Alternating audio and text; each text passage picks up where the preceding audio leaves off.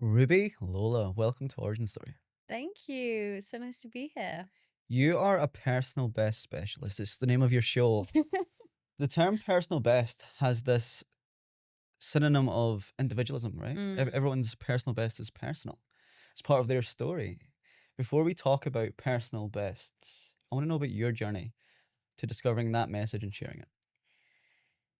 I really don't feel like it's that interesting. I kind of wish that I had this underdog story that I could tell, but honestly, my upbringing was kind of average. Lived in middle of England, middle class.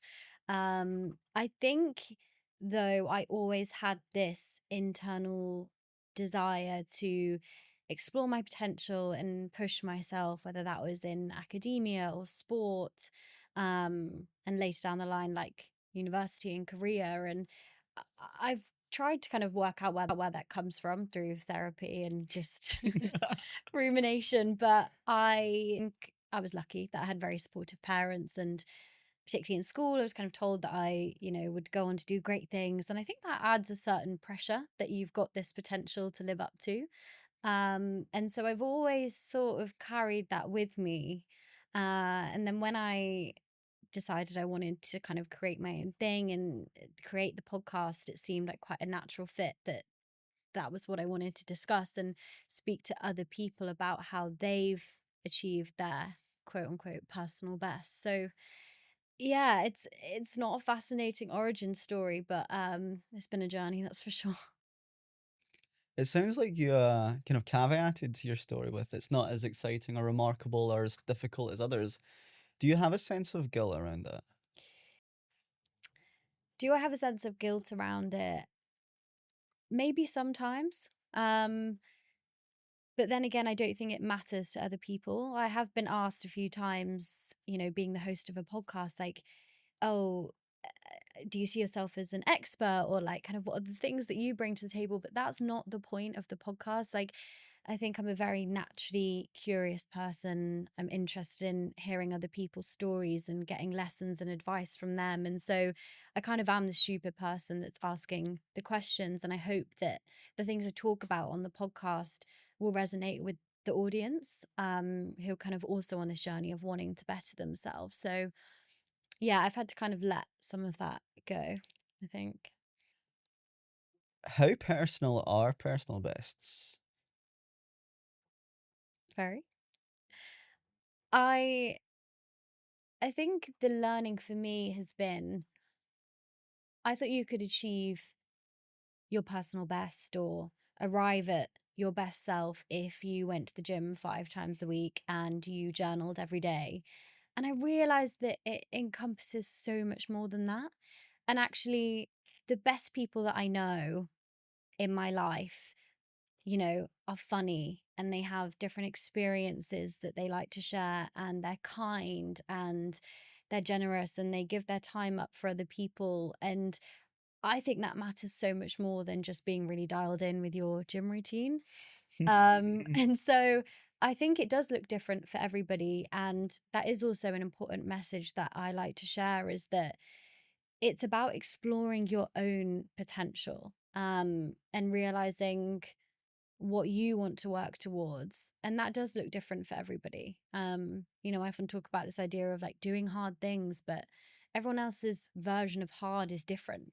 For some people, it is doing ultra marathons and Ironmans. And then for some people, it's like getting out of bed in the morning and having a good day, and eating 3 meals and brushing their teeth. And so it is different. It's personal to everybody, but I hope the things that I talk about in the podcast will help people. I'm not saying this subtly. Like I truly believe that's one of the nicest messages I've heard on my podcast. And because we live in a time whereby we see people on Instagram with things that we do not have, with people that we do not know in places that we've never been. And we have that pressure to replicate that Mm. in our own way with our own resources, even if we don't want to. And I think right now there is a fetishization of self improvement and productivity. Yeah. Uh, but like you said, a personal best can be just making your bed in the morning, staying hydrated, and having a solid peace of mind. But I think we're moving towards this external narrative that success is individualistic. And we've actually become a bit more nonchalant as a society. Mm. I think at large, ambition itself is under attack or criticized, and it's actually quite cringy to be ambitious. Do you have like a perspective on that, given the fact that you interview so many people that are on a path of self improvement, and you're on one yourself? Yeah, I think it's difficult, and I've learned from guests that it's important to, be proud of yourself and be able to look back on where you've come from and, you know, acknowledge that. And I really like the quote on the comparison point of don't compare yourself to who someone else is today, compare yourself to who you were yesterday. And I think that's really important to kind of view your own journey. But I guess when it comes to ambition, it's an interesting point because I don't know if it's more relatable to women, but I think we shy away from it sometimes out of fear of seeming arrogant or self aggrandizing. And I think we want to be likable. And so we avoid coming across as like this driven, ambitious person. And it's like, oh no, I'm happy to kind of settle for the status quo. But I think that with people that listen to the podcast are similar like to me and don't want to just settle for kind of average. And so I think it's okay to like want more for yourself, whatever that might look like. Does that pay a tax on the mind? Being ambitious, Mm. regardless of what that might look like, whatever your personal best looks like, having this carrot in sight that you're chasing towards, have you either heard or experienced yourself attacks on being ambitious? Yeah, I think it's more personal, and I think the tax that you pay is often not feeling like you're enough. And I've definitely struggled with this feeling of enoughness a lot in my life. And people might look outwardly and be like, well, why would you think that? But it's true, sometimes I don't feel smart enough or funny enough or rich enough or pretty enough or good enough at podcasting. And so it's so hard because yeah, on the one hand, you have goals that you're working towards and you want to achieve these things, but then is that because you don't feel like you're enough as you are right now? I spoke to a guy on the podcast called Rory, who's a mindset and lifestyle coach, particularly for ambitious men who maybe struggle with feelings of insecurity. And he said that often people are, driven because they have that like feeling of insufficiency, and it's definitely something that I can relate to. So I do think it plays a bit of a toll. um and I also think you can get stuck in this cycle of trying to optimize everything, um and that actually you're not living your life as well as you could. And I guess that looks like wanting to have your perfect fitness routine in place and having saved enough money and feeling like you've done the self-development work to be confident when you like walk in a room, and so you kind of do all this internal work, and then at the same time life's just passing you by. um and so the learning for me is that you shouldn't wait until you arrive at this point where you're like, oh okay, I'm enough now and now I can start living my life. It's like, no, you're living your life anyway. I think it was Jimmy Carr that said happiness is to be able to enjoy the passage of time. Mm. Mm-hmm. And I think that's so beautiful. He Yeah. quoted Chairman Mao, who was a horrible leader, but he had a great quote, which was, "You can't smell the roses from a galloping horse." Mm-hmm. And your sentiment rings so true. Like sometimes we're so busy trying to improve our life that we forget to live it. Yes. And I'm just trying to think of the practical ways in which we can take a deep breath and acknowledge our current circumstances and feel enough, feel worthy, feel content with our environment. And it maybe is just simple things such as breath work or meditation or reflection. And I know these things sound like productivity tips Yeah. and things that should be optimized, but those mindful moments allow us to enjoy the passage of time. But you're right, like sometimes we do have these routines, whether it's the 6 a.m. wake ups or Mm. the morning gym routines, the meditation, the journaling, these rigorous protocols. But by being routine, we say no to spontaneity. And I think personally, and maybe the same goes for your life, all the greatest experiences that I love to tell my friends, the things that I will tell probably my grandchildren when I'm rocking in a rocking chair, are probably the random salsa class that I said yes to because I may have offered and I skipped my bedtime, or Mm. that one night out that made me go on a couple of dates with a girl that I met at an after party, or something like Yeah. that, you know?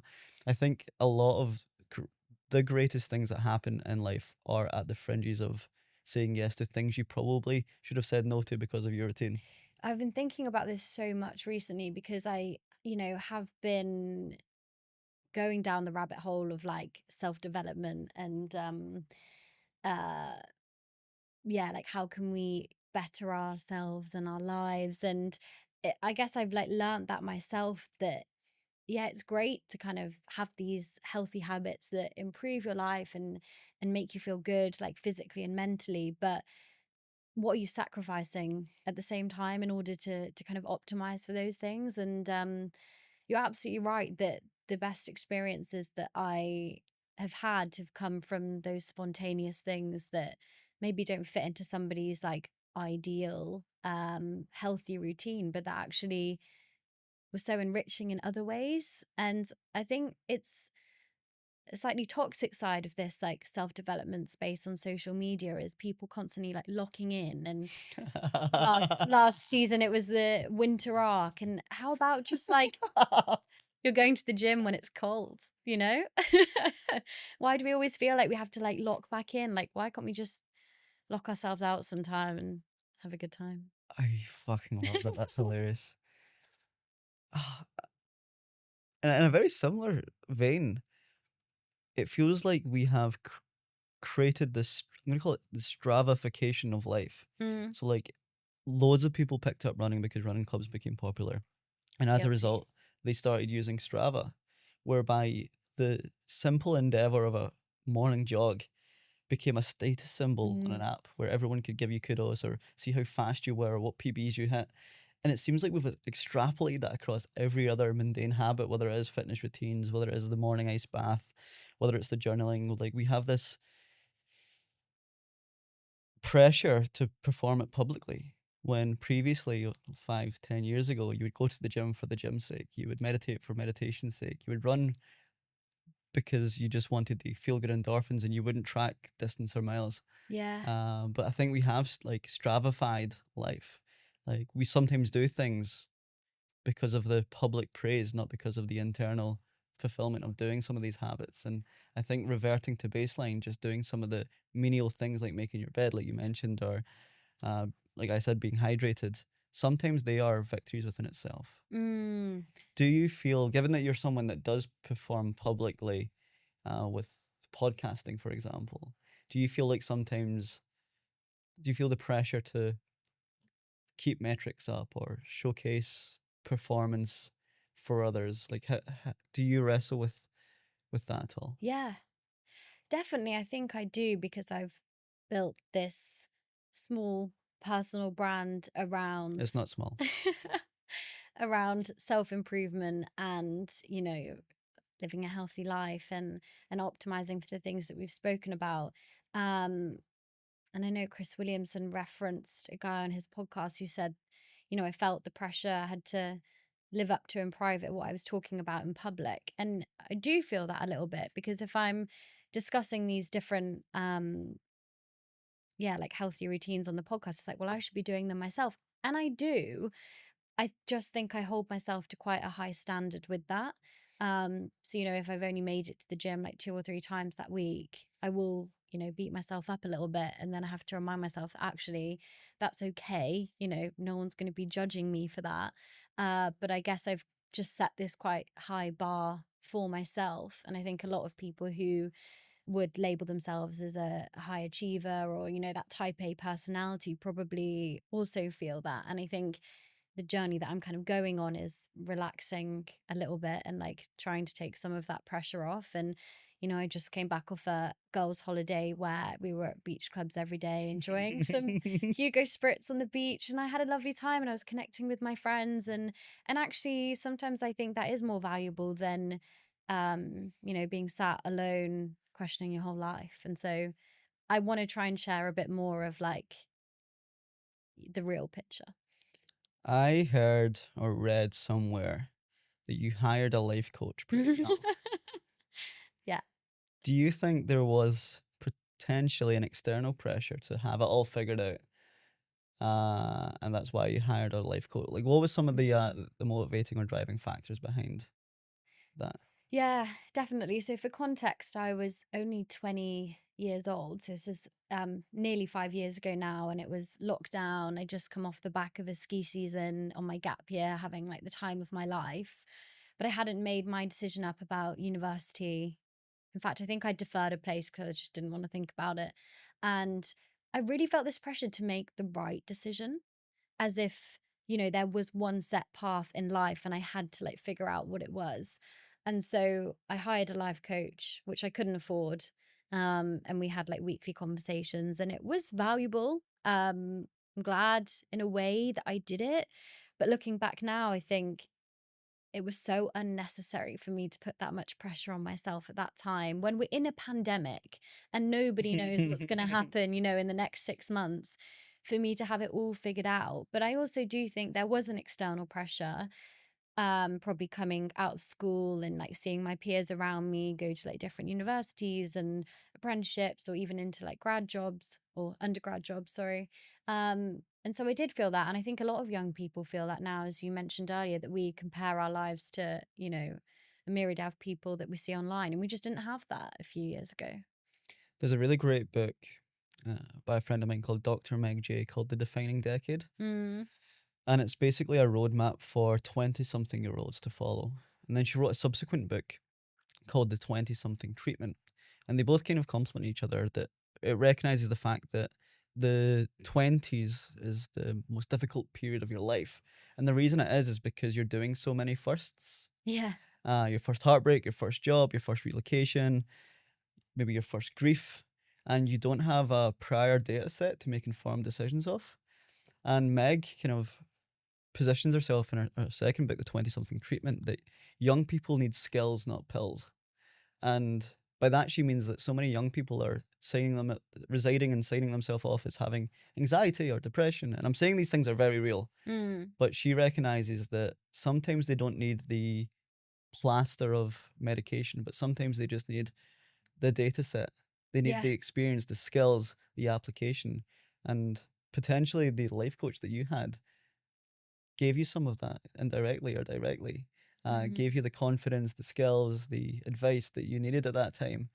But I think that period of life, experiencing it myself as a mid 20 something year old man, sometimes you just have to embrace the uncertainty, because in turn that will give you the data that you need in your 30s to make the decisions Yeah, next. you're so right. And what was interesting, the experience of having the life coach, is that I thought I wanted to go down the journalism route. I've always been creative and curious and like connecting with other people. And the life coaching was sort of more career orientated. And like between the calls that we had, I just arrived at the same conclusion, and it just kind of reaffirmed everything I already thought about what I was good at and what I wanted to do. So I think the lesson in that is also to like trust your gut and like trust Mm. your intuition a little bit, because it's normally right.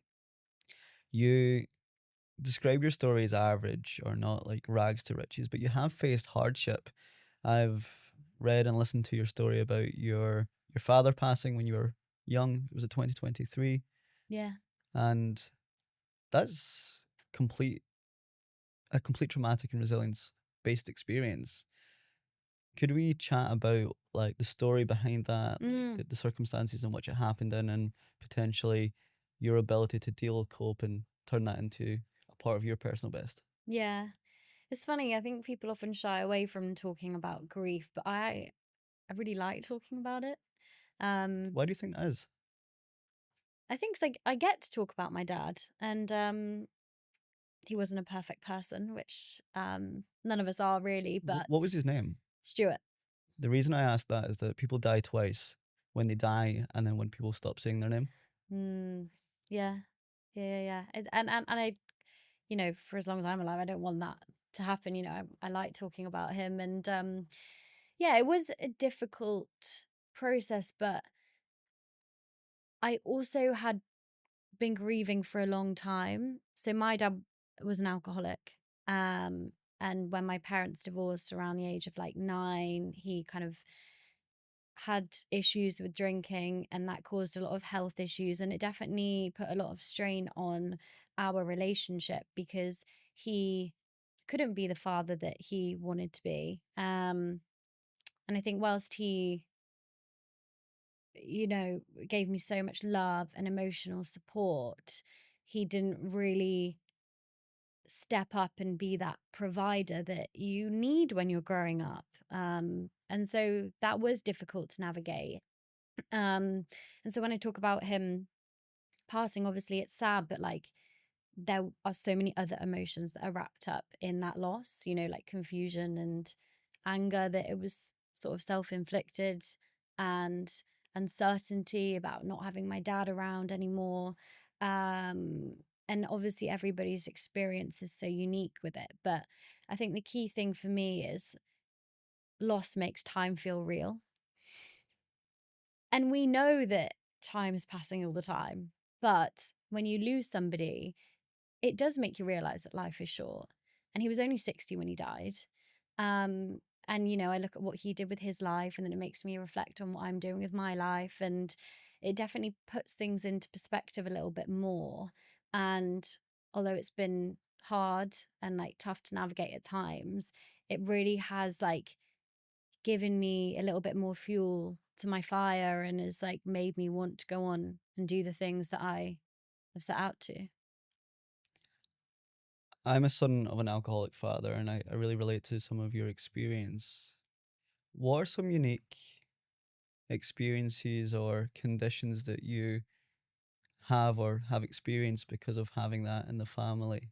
I know personally it's something that I wanted to keep sheltered and hide, and Mm. like I didn't want friends coming around to see it. I was very ashamed by it, but I could never call it out to him. There was a white elephant in the room. We had to Yeah, dance around yeah. it, and I felt like I had two fathers, a sober one and a drunk one, and like that created a lot of confusion and a very unique experience that I have. But I wanted to pose the question to you, like, what was your visceral reflection of it, and how did it? Um, what were some of the stories that you were telling yourself about it at the time? Yeah. Such an interesting question. And it's sad that we can relate to this, but it's also like nice at the It's same time. solacing, really.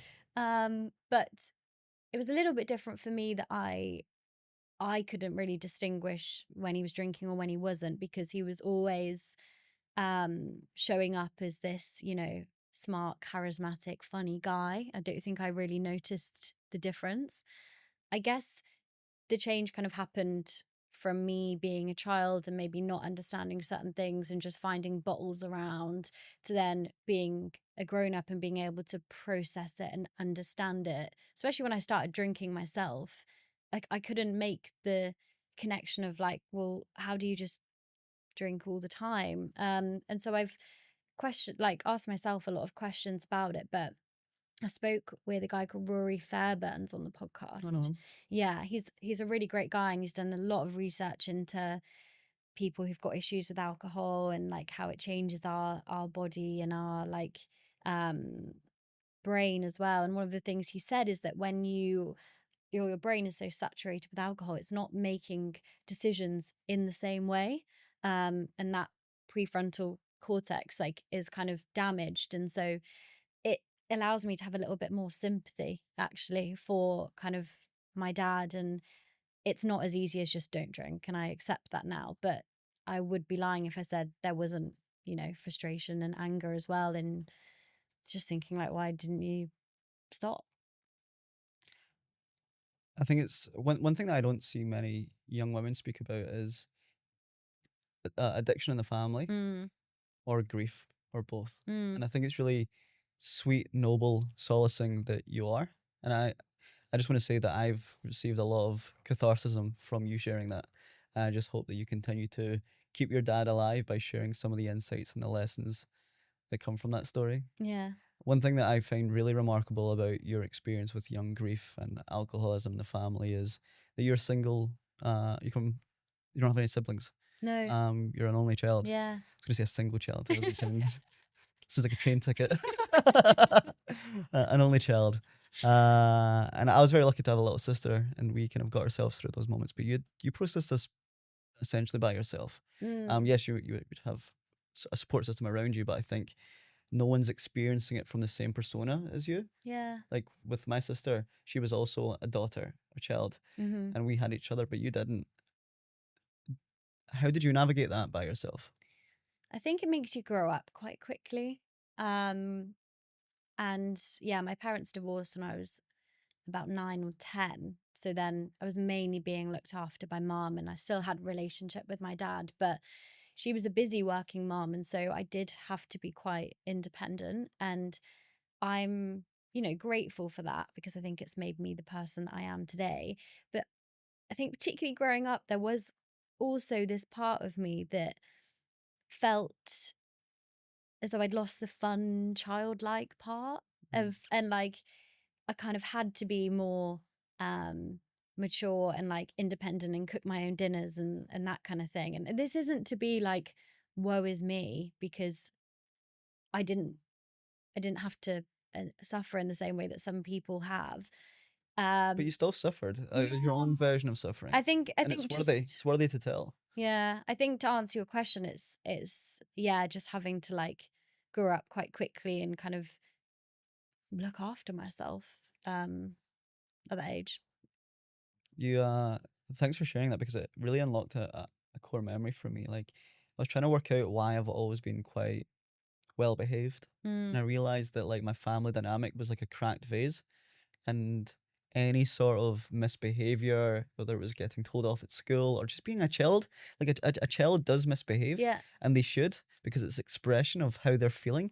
But I didn't do that because it would create another hairline a fracture in this vase that they were sticking together.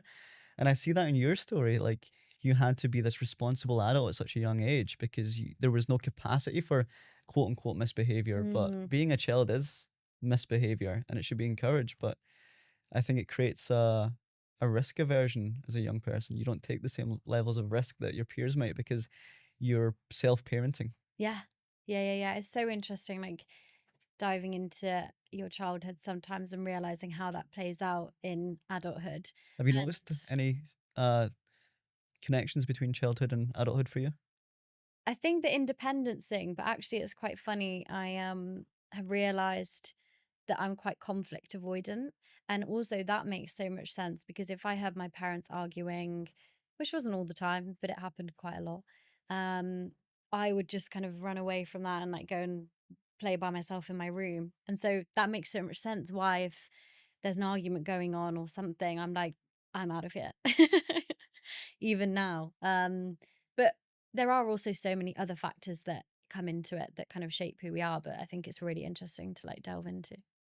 Both from the addiction and the family point of view and the young grief, are there any lessons or insights that you're thankful for and grateful for?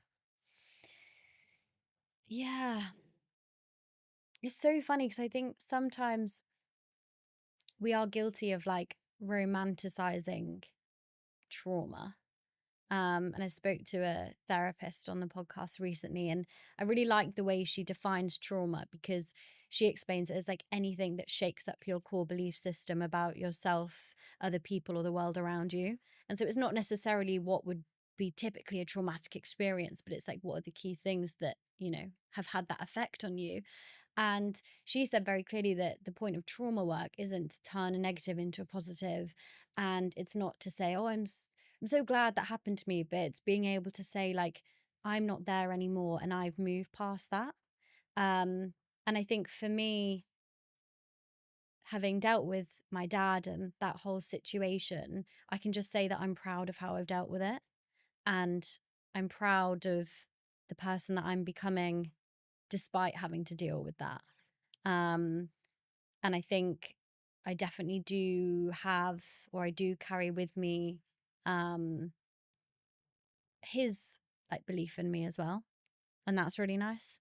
And not everybody has that. So I'm grateful for That's pretty soppy. I feel quite emotional hearing that. that. And I just want to testify that I'm almost certain that if he could see the personal best that you've created because of the circumstances that he didn't mean to give you, he would be very proud of the approach and way that you've dealt with it and made it into your blessing and your Mm, superpower. yeah. Ruby, I think it's remarkable. Thank you. It's kind. And you've reminded me that grief and love are invertedly proportionate. Grief is the price you pay for love. Mm, And you've chosen to channel that into a message and a podcast and a platform that helps other people. It's a very selfless thing that you have learned this on behalf of them. And like you said, your dad had this belief in you, and now you're unlocking belief in other people through sharing their personal best and extrapolating that to those who listen. So I just want to give a nod to that. thank you. Yeah, and honestly, that's like the point of the podcast. Really, is to be able to like share those lessons with people. And I know people say it all the time that, oh, if this can help just one person, then I'm happy. But like, I genuinely mean that. And when I have had messages from people saying that an episode's had a positive impact on them, or they've learned something, or they feel motivated, like I'm sure you feel the same. Like that's just the best feeling. One of the things I loved you mentioning earlier was this battle of ambition between the sexes. And what I mean by that is that young men are praised for misbehaving, taking risks, being bold, being brash, being outspoken. They're always patted on the back. I mean, it's a compliment I always get. It's like, David, you love kicking down the door, phoning these people up. But when a woman does it, it's seen as bitchy or arrogant Mm. or something to be dimmed. Why do you think there is this difference in ambition between the sexes? Yeah. Or have you experienced this yourself? Do you have any wider perspectives on it? I mean, I'm no evolutionary psychologist, but I've listened to a few things on the topic, and it makes sense, I suppose, that men want to gather resources and they want to be a provider because that was their job in the tribe, to go out and kill things and eat them and look after the family. And so it makes sense as that's a more natural characteristic for men. But that doesn't mean that women can't also be ambitious and want the same things. I just think there's more questions around it when it comes to women, and not necessarily from a negative place. Still think we can look at people like the Grace Beverleys and the Christy Chellas and admire their success and their ambition. But there's still questions about, when are you getting married, or when are you going to have a baby? And like those things we don't ask men in the same way. So I definitely think we don't see it as a female trait necessarily, but that it's absolutely something that women can want for themselves as well. What do you think the male self improvement space can learn from the Mm, female and the invertly, like what can the female productivity and self improvement yeah. space learn from that of the men? It's something I've spoken about before, and I do find it really interesting. And it probably is one of the reasons why I wanted to like infiltrate the self development space, because I was feeling a bit frustrated. Like, I love listening to Chris Williamson and Jordan Peterson, and uh, Alan de Botton as well. I suppose all of them have more like male audiences, and like the messages they share are about um, self improvement for men. And they still apply to me as a woman. And maybe I'm slightly weird, but I definitely think that there needs to be a bit of a balance in the self development space, because the messages to men is often to be disciplined and to have clear goals and to be ambitious. Who's going to carry the boats? Like, and the messaging to women is often, you're fine just the way you are, and it's all about self-love and self-care, which is obviously so important. But I also want to remind women that like you can do hard things, and that you can work towards these big goals as well. And so I think we just need to kind of find that like sweet spot in the middle. It's like the balance of, grit and grace, I think, is really important. I was chatting to a mate recently, Mm. a woman who is mad into running. I've been doing quite a lot of running recently, and we were just chatting about the types of things we consume either ahead of running or during running. And I was saying, oh, sometimes I would listen to some sort of like ultra marathon motivation, hardcore speech, and when I'm out there, I'm listening to like fucking hard ass rock, like uh and then I'm like, okay, what do you consume? And she's like, oh, I listen to like Dua Lipa and like Cardi B, and I'm smiling as I'm running it, and like I'm having a good time whilst running. And then here's me running, thinking, you're fucking weak, just fucking give up. And Yeah. the way we talk to ourselves because of the ideas that we consume as a result, but doing the same exercise is wildly different. And I think there's a like to kind of bolt onto what you were saying around women can do hard things too, and this content applies to them. I think the content that applies to women can also be applied to men. Like Yeah. men deserve self love and self care and are worthy, and they can experience that softer side of self development, because it's yin and yang. It's not yin or yang. Mm. You can do hard things, but you can also be gracious with yourself. Absolutely. Yeah, yeah, yeah. And yeah, there's like this phrase that men will do anything except go to therapy. And You start podcasts instead. it's so true sometimes is, and I spoke about this with Elliot on his podcast Next Generation, is that sometimes doing the hard thing isn't necessarily the valuable thing. Mm, And, you might be getting up at 5 a.m. to go do your leg session, but actually what you need is to like open up to a mate or like speak to a therapist. And sometimes we can kind of feed ourselves the illusion that we're like doing the most and that we're like doing the things that are, improving ourselves, but actually they might not be the things that we really need. I feel so exposed. I feel so fucking exposed. This episode is sponsored by BetterHelp. Segue. But it's so true. It's so true. And you create a false illusion, and you think you've pieced all the fractured pieces together. But then you're reminded when something goes wrong, like the same incident reoccurs, and it does show like a really dirty mirror to yourself, and you're not really happy that you haven't addressed the fundamentals of the problems, but you have just band-aided them with a self-improvement routine. Mm. How, Ruby, how important or useful do you think some of the meta trends around ambitious women have been? The example I think is like the girl boss trend. Do you think that casts a good light on what healthy productivity looks like across the genders? Or Yeah. do you think it almost like memifies it and makes it less serious and less important and something to be cringed out upon? Like if you're doing girl boss stuff, is that cool, or is it just a meme?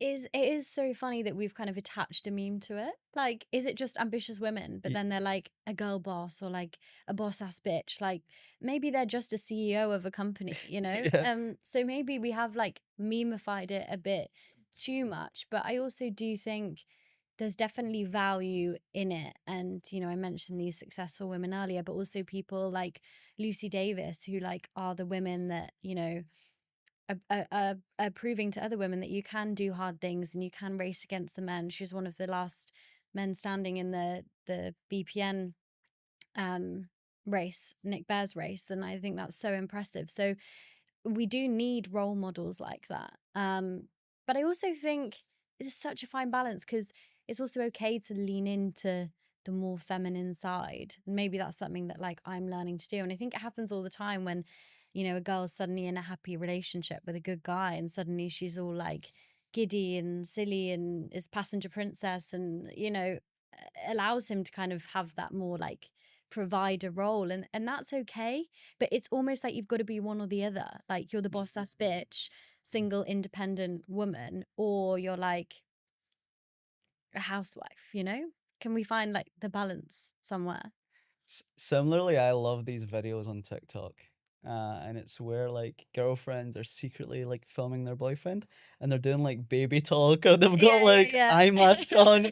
and they're talking in like really high pitched voices, and then they catch the camera, and then their voice like drops like 10 Yeah. decibels, and they're like, I've got a couple videos of my boyfriend that I'll have to keep away.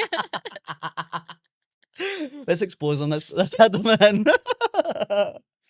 You're exactly right, though. Yeah, I think that's such a good sign of like being in the right relationship is that you can kind of be that like silly, childlike person again.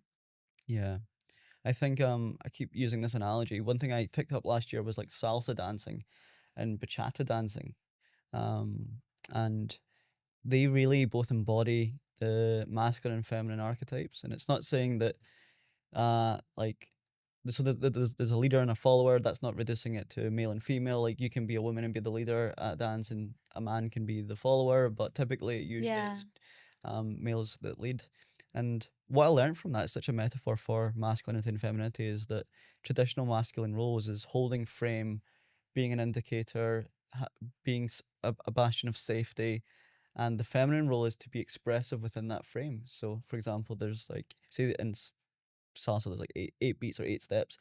The guy's role is just to hold frame, moving back and forth, and like the women are the typically the follower expresses themselves in that domain. But equally, a man can be a follower in those dances. He can be expressive, and going to those classes and just seeing some of these like really burly men, like with like big delts and are like 6'5", bald, with beards, being the follower, being the archetypal feminine role, was really joyous for me to see. Yeah. Because I'm like, oh, we can have a world where you can do both. It's not either or. Yeah. And I think that you as a woman sharing that, like even sharing some of the stories around your boyfriend, um, is really nice. It's like really nice to hear a woman embrace that. And I think hopefully if there's any young men listening to that, they feel comfortable being that version of themselves as well. Yeah.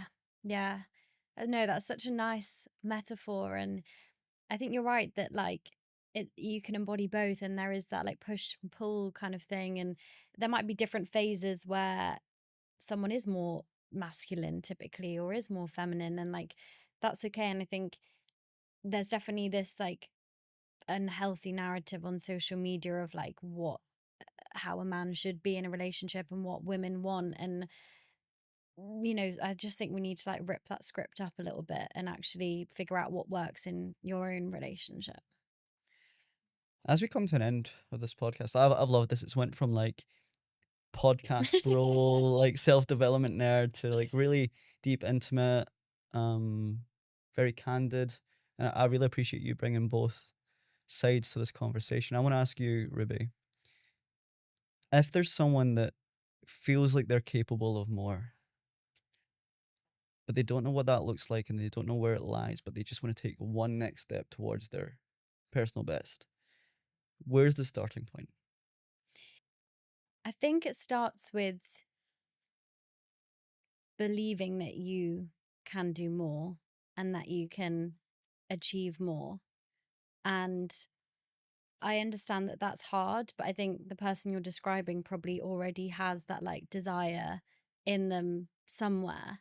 Um, and there can be so many different like factors that are happening in your life that might feel kind of like obstacles, reasons that you can't get to where you want to be, but really it is you that's standing in your own way.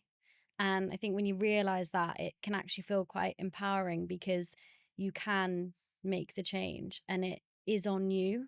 Um, and I think like fitness has taught me that. It's like showed me what I'm capable of and like where I can push the limits. And actually, that metaphor kind of extends to life in general is like it's within your control to go out there and like make stuff happen.